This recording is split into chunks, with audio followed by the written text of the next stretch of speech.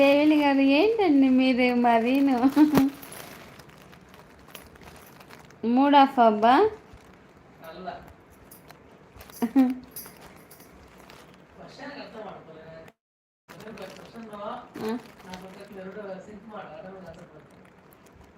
పెరుగుతూనే ఉంటుంది కానీ తగ్గదు.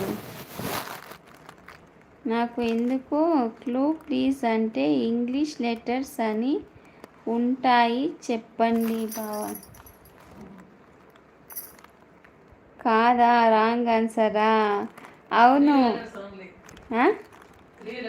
3 లెటర్స్ అంట సుధీర్.